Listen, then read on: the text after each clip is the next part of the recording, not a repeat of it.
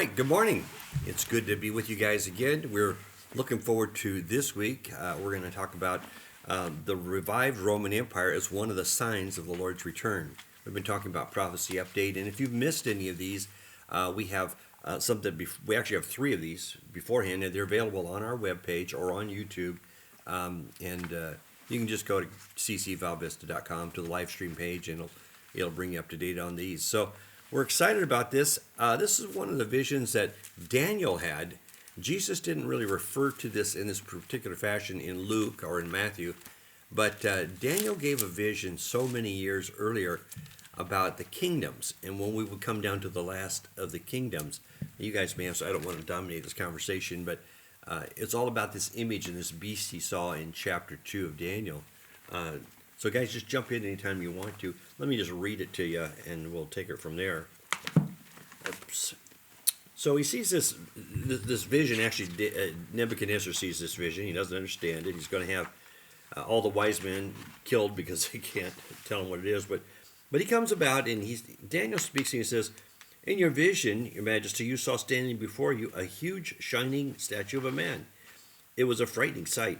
The head of the statue was made of fine gold, its chest and arms were silver, its belly and the eyes were bronze, its legs were iron, its feet were a combination of iron and baked clay. And as you watched, a rock was cut from a mountain, not by human hands, and it struck the feet of the iron and clay, smashing them to bits. The whole statue was crushed." And he gives the interpretation in verse 36. "That was the dream. Now I will tell you what it means. Majesty, you are the greatest of the kings. The God of heaven has given you the sovereign power and strength and honor. He has made you the ruler of all the inhabited world, and has even put the wild animals and birds under your control. You are the head of gold. But after your kingdom comes to an end, another will come and rise and take your place. After that, a third kingdom, represented by bronze, will rise to rule. And then following, there will be a kingdom. A fourth is one as strong as iron." And then it talks about how there'll be the one that will be mixed clay and iron, and that it will be crushed by the stone.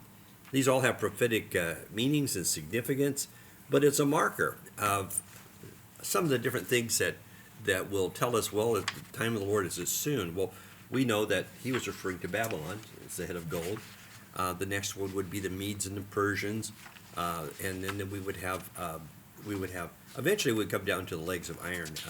We'd have the silver, then we'd have the iron legs, and with that, that represents the Roman Empire as we understand it. Well, we come down to the feet, and it's mixed iron and clay, and as you look at that, you kind of get a picture of something that's not stable, and it will be crushed by the rock. The point of all this is that we're seeing that last section was the Romans.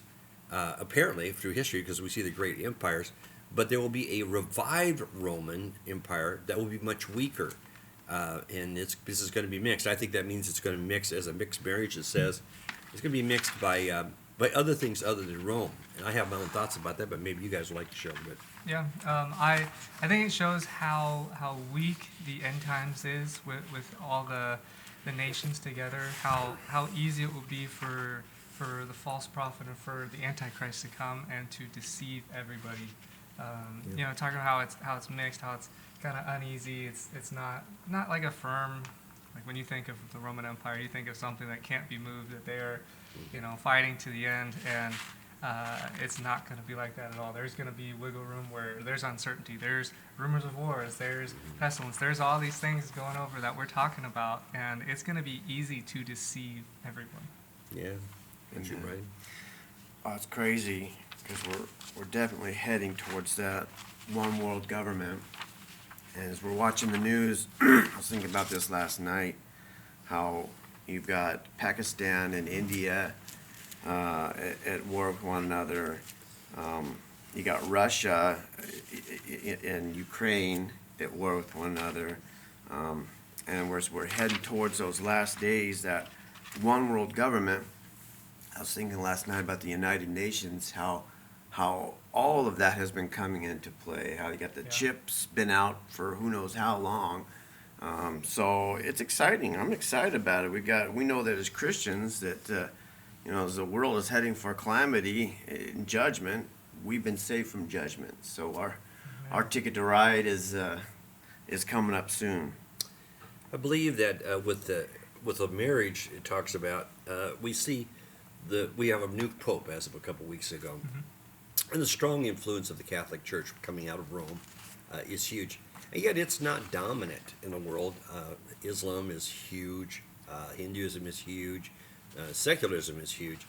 I think along with this, when we look at the power play for both the one world government and for the revived mixed empire, I think you'll see emerging, or at least though two different groups vying for at least two for that spot. I think your eyes have to go a little farther to the east. I think you have to go to the countries that surround Israel, who are also the same ones that are called out in the Old Testament, are the same ones that are there today. Yeah. The hatreds have always been there. I see on the news this morning that a young couple from our Jewish embassy here in Washington, D.C. were murdered by a guy who was pro-Gaza. That took place just early this morning, or last night, I guess. And the hatred's there. It's been rising. We've watched in those last 2 years a real rise of it, and with the whole Gaza situation and the support, out of line support throughout the world. And in fact, a lot of people don't even know why they're chanting and they're protesting. But I think that's just part of it. I think they're just under the sway of this whole thing. Yeah, the influence and the sway of the evil one. So you have the power of Rome with the Catholic Church, which is worldwide, and you have at the same time the power of the oil. Now, we might be getting some of that power back under our current president, but it has been Arab. And we have just made huge deals last week with the Arab countries, and so it will remain Arab under control. We're talking about multi-trillions and trillions and trillions of dollars. So it's so huge. So it's all falling together, and these things are not being revealed at this day for no reason or by accident. Amen. So, so it's all kind of coming together. I think it's exciting.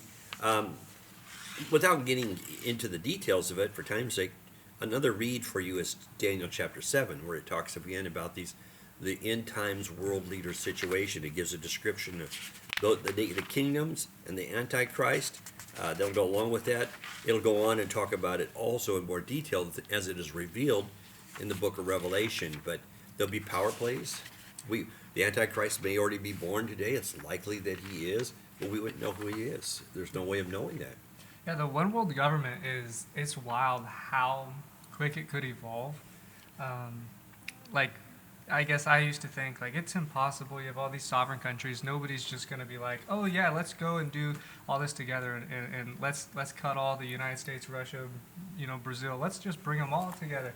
And now when I look at it, I'm like, we already have cryptocurrencies that are creating that to where I literally can put any currency I have and throw it into a cryptocurrency, and now it could be accepted worldwide trade. And I don't have to be there. I don't have to look at you. I don't even have to know you, but I could send you money that way.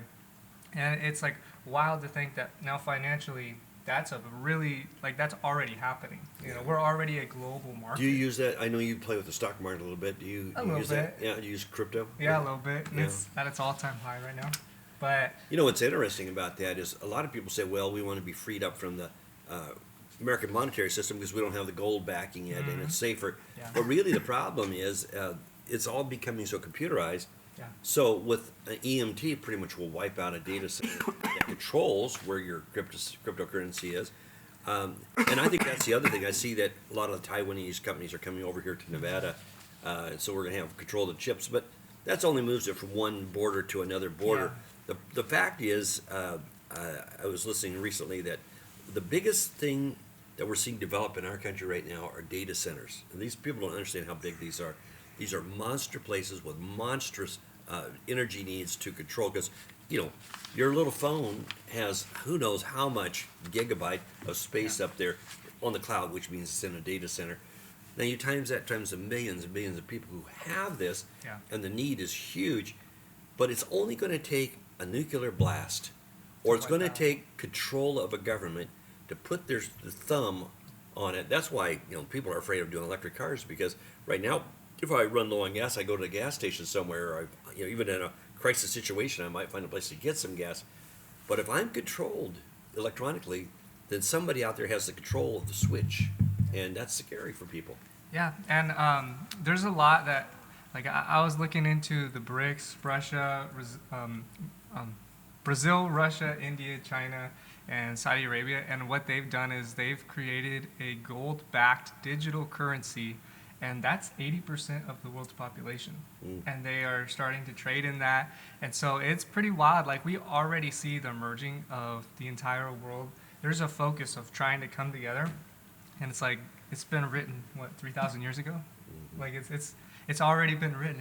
We already know this is coming. So as Christians, like, if anything, everybody else is going crazy and they're scared and they don't know how the markets are going today. And it's like We're saying, yeah, great. The countdown started. I'm yeah. like, this is awesome. I can't wait for this to happen because we know what's going to happen. times. Jesus. It is exciting. It's You know, oh, go ahead. go ahead. Well, it's interesting on YouTube. A lot of channels on YouTube are going over the whole river Euphrates things because as the river's being lowered, they're finding all kinds of treasures and all kinds of stuff. But that was in Revelation 16:12. That's exactly what Revelation says, is that the river Euphrates is going to be drained for that 200 million plus army.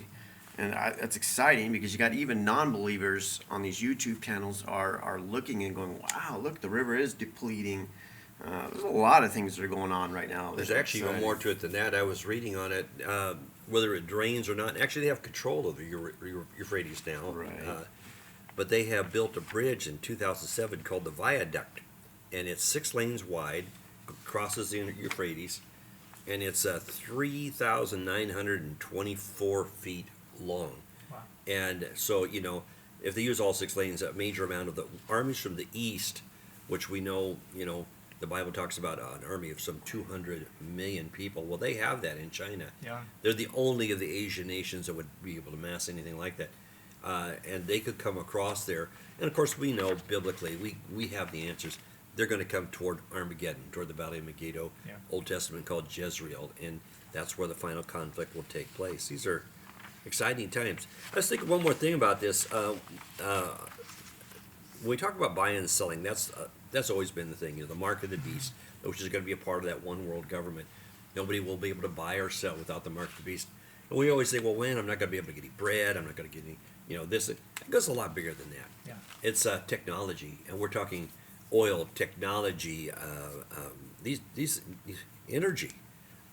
This is where it ranks in the trillions of dollars. Yeah. And so you might be able to go get a piece of bread, but you might not have any, energy for your house. Well, you kind of hit on it, but that's the scary thing about like EVs and anything digital or electric. Like we run soundboards, and if we have a smart soundboard, like the government could shut it off if they, shut the power off here, or they could hack into it pretty easily. Like cars, they could literally shut off. You can't have electricity for your car if you don't have the mark of the beast. Like all these things are actually possible. They would start it probably by saying, well, you haven't paid your taxes, or you're delinquent on this, or your driver's license. They started with that because it's all computerized now, but it will come down to buying and selling. Yeah. Yeah. Everything we do is made to have technology run it now. Yeah. Everything we do where the government can come in and just a push of a button say, you don't have the correct papers, you don't have the correct mark of the beast, so we're shutting you down. Don't, and you don't have to your get real this. ID. Yeah. When I first started this church many years ago, nobody had computers.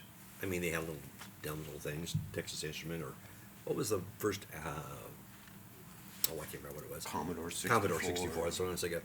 They had that stuff, I think, had come out by then, but nothing of real fashion for the consumer. And we look at it today, we have those Commodore 64, there's a lot more beans in this watch than there was in a Commodore 64. In fact, there's more in our watch than there was in the Apollo, was 11 or whatever. If you think that's crazy, in a couple of years, they have it, supposedly researchers are saying that quantum computers are coming out where they'll be like 10 times faster than anything we have today. Gosh. It's just so I'll be too old to with appreciate it at that advancements. point. It's crazy. But I think it's exciting, though, for the Christian, because these things are developing.